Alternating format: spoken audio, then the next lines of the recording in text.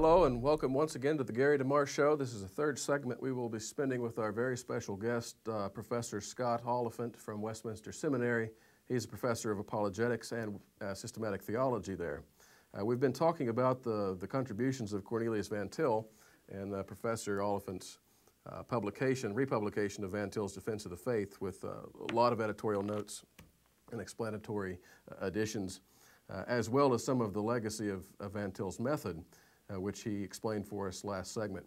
In this segment, I want to get to a couple of what would be general applications of Van Til's method. I think we've heard more about Van Til in the scholarly world as far as arguments over his methodology, and we've heard a lot less about applications of his methodology against unbelievers. So I'd like to talk about a couple of those. One of them would be just what I would consider rationalism in general, and this is infused Christian apologetics throughout history. And one of the examples I've seen you write about comes from Leibniz. I guess it would have been 17th century. Can you kind of talk about a little bit about his Christian rationalism and how Van Til's apologetic would correct that? Well, I think one of the things that Leibniz wanted to insist on, and this was taken up by Clark and others during that time, was the principle of sufficient reason as a supposition or a presupposition behind any argumentation. Now, if you take the principle of sufficient reason and begin to use that in the context of a standard cosmological argument, that is, an argument that has as a foundation sort of Thomas's third way on necessity and contingency, what you wind up doing, and there's a way to draw this out, which I can't do on the phone here, but what you wind up doing in the end is you wind up making God and creation coterminous at that point. That is, there's a dependence of the necessary on the contingent. Yeah. And that doesn't work, as I have tried to say elsewhere. That doesn't work philosophically, of course, and it certainly doesn't work theologically. God creates freely and not necessarily, and so there's no dependence of God on creation. But you see, what Van Til wanted to say is that any time you presuppose a rational principle in and of itself, as if there are no boundaries to that principle, or you don't even care to articulate the boundaries of that principle, you're going to be involved in some kind of dialectic, what he called a rational-irrational dialectic. You're going to move back and forth between one and the other in the context of your reasoning and of your thinking. Happens every time in the history of philosophy. So in the principle of sufficient reason, if you're using necessity and contingency, and what you want to argue is because there's so much contingency or everything that's created is contingent, therefore there must be something necessary. If behind that is the principle of sufficient reason, then that something necessary is as dependent on the contingent as the contingent is on the necessary. And that becomes the problem then. And that's the problem because rationalism is not able, the rational faculty is not able to come up with a coherent explanation of reality. That only comes from God and from His Word. And unless we presuppose that, we wind up in a rational-irrational dialectic at every point. Absolutely. So basically what you're saying is reason can't even justify itself. That's right. It can't justify itself. I'll tell you a quick story. I was in China this past summer. There was a symposium on faith and reason at Wuhan University in China with a group of philosophers, and I presented a paper there on the the Western view of faith and reason, but of course I gave it a strong Van Tilian emphasis and thrust. And at the end of it, they said to me, well, here's the problem with your entire argument is that your reasoning is circular. You start with the Word of God, and then you say that God exists. And I said, well, hold it, guys. Your reasoning is circular. You start with your own brains and say, these are my principles, and then you end up with your own principles. The question is not circularity. The question is, which circle fits reality? And, they were stunned by that. Nobody had ever said that to them. They had no idea that that's how somebody could view the way they were thinking. But this is what Van Til says. You're always standing somewhere to make an argument. So are you standing on your own weight? And if you are, as he says, you'll drown. Or are you standing on the foundation of who God is and what He's said? Yeah, I always thought that was one of the most powerful and simple aspects of his method was the fact that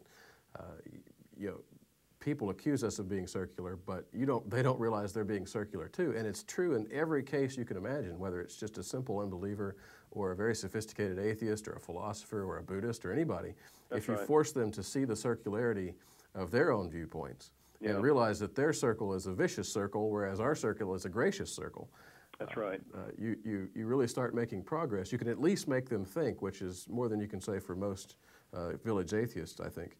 Yeah, and I think that's such a helpful point to emphasize, because what rationalism has done is it has sold people the lie that the pretense that what's actually happening is we're just sort of all progressing in our knowledge, whereas even Aristotle said you can't keep going backwards ad infinitum. You have to stand somewhere to assert something. And so the question is what you're standing on able to support the weight of what you're going to assert? And that's kind of what Van Til's saying. Can your reasoning faculty support the weight of what you're going to assert? In other words, to put it in better jargon, what people tend to argue is, you need to trust me with this. And then the question is, why should I trust you? Aren't there better sources to trust than your reasoning faculty? Yeah. I guess the Greek god Atlas, who was it that said, give me a point on which to stand and I'll move the world. That's right. And the thing is, the Greeks never found that point to stand on. Yeah, so, that's right. They didn't. There is no other place to stand but on who God is and what He has said. That's the entire apologetic argument. There's no other place to go. That's really good stuff. See, that's why I think it's so important when we hear people saying they're presuppositionalists. And like I said, I've heard a lot of evangelicals who more actually Arminians instead of Reformed using that. And they will use Van Til's method successfully to knock down the other side and show them their faulty presuppositions and where they lead. But when it comes to reconstructing a valid argument for God, then they have to fall back on reason and evidence, because they don't have a Reformed theology to stand on. So they basically knock down the atheist for standing on reason, and then they go back to reason themselves to build their own case. Yeah, and once you do that, as Van Til says, you've gotten on their ground and you drown with them. You can't do that. You can't leave the ground that you're on. And I think it's important to understand the person you're debating with is never going to leave the ground they're on. Yeah. So there's no reason for you to walk over and really stand on their ground. You certainly get on their ground for argument's sake, but you don't really stand on their ground or you drown with them. Yeah, great. It's good stuff. I'm glad we could get that down to where the average person could understand it. Yeah. And that's the helpful thing about Van Til. I'll tell you, there's no other apologetic method that is biblically constrained in the way Van Til's method is. And because of that, it's something that is useful in the church as well as in the academy. It's the only apologetic method that is.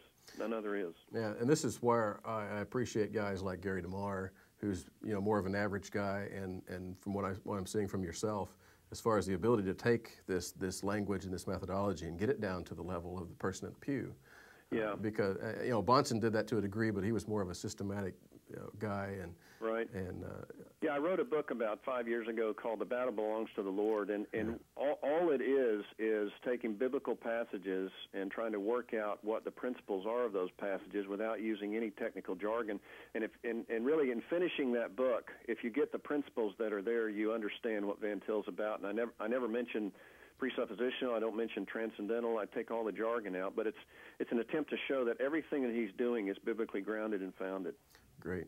Yeah, one of the things I caught in your foreword was something I've heard very often, was that when Van Til wrote The Defense of the Faith, his aim was clarity.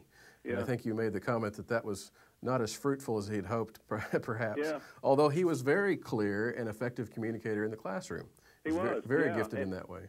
He was. And, Meether says in his biography, it just frustrated Van Til no end that he couldn't be as clear as Machen could be on some things. And I frankly think Van Til was just so smart, it was difficult for him to articulate these things in a way that everybody could get them. But I'll tell you, when I used to take walks with him when I was a student here, everybody on his block knew what he stood for and knew who his Savior was. He could make that abundantly clear. That's great.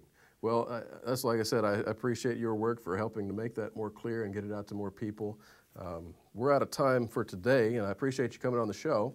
Thanks, Joel. The book is The Defense of the Faith by Cornelius Van Til, edited by K. Scott Oliphint, as well as The Theological Guide to Calvin's Institutes, David Hall and Peter Lilbeck editors, in which Scott actually provides one of the chapters. Thank you for being with us, and hopefully we can get through this again sometime. Thank you, Joel. Enjoyed it very much. All right. Good day. Bye-bye.